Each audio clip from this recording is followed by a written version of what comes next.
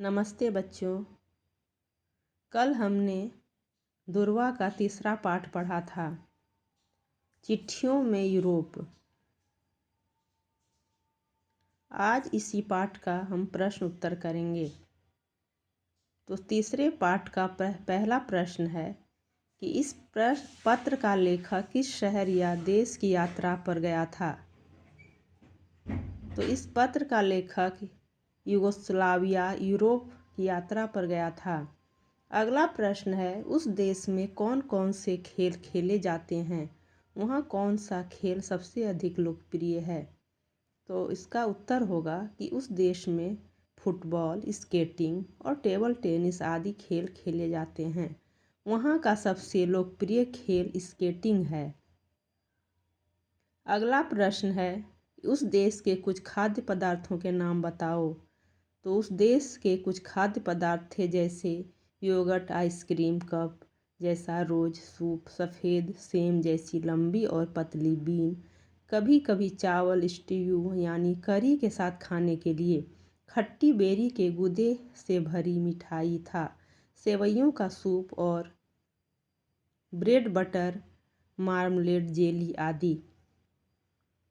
अगला प्रश्न है कि लेखक ने यह क्यों कहा कि अच्छे से रहना ताकि माँ को तकलीफ़ न हो। तो इसका उत्तर होगा कि माँ घर में अकेली थी और बच्चे माँ को तंग न करें, इसके लिए लेखक ने कहा कि अच्छे से रहना ताकि माँ को तकलीफ़ न हो।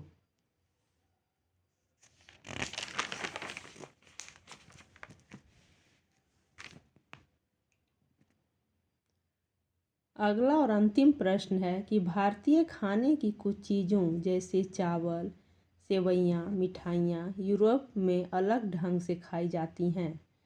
क्या भारत में ये चीज़ें अलग ढंग तरीक़ों से बनाई और खाई जाती हैं? पता करो और बताओ। तो ये तो आप जहाँ रहते हैं, आप उस जगह के हिसाब से आप कैसे किन चीज़ों को खाते हैं, आपके यहाँ किस तरह बनती हैं, आप लिख सकते हैं। तो हमने लिखा है कि हमारे यहाँ चावल पानी के साथ पकाया जाता है। सेवइयाँ दूध के साथ पकाकर खाई जाती हैं। मिठाई भिन्न भिन्न प्रकार से बनाई और खाई जाती हैं, जैसे बेसन के लड्डू, खोआ की मिठाई, काजू की बर्फ़ी, नारियल के लड्डू आदि। तो ये थे कुछ प्रश्न उत्तर। ऐसे और भी एक दो प्रश्न हैं जो आप आपस में चर्चा करके लिख सकते हैं।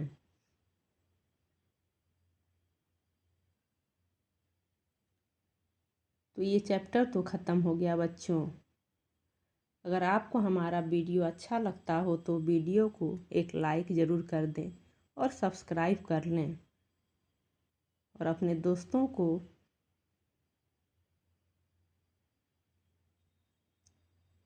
इसको भी इसके बारे में बताएं।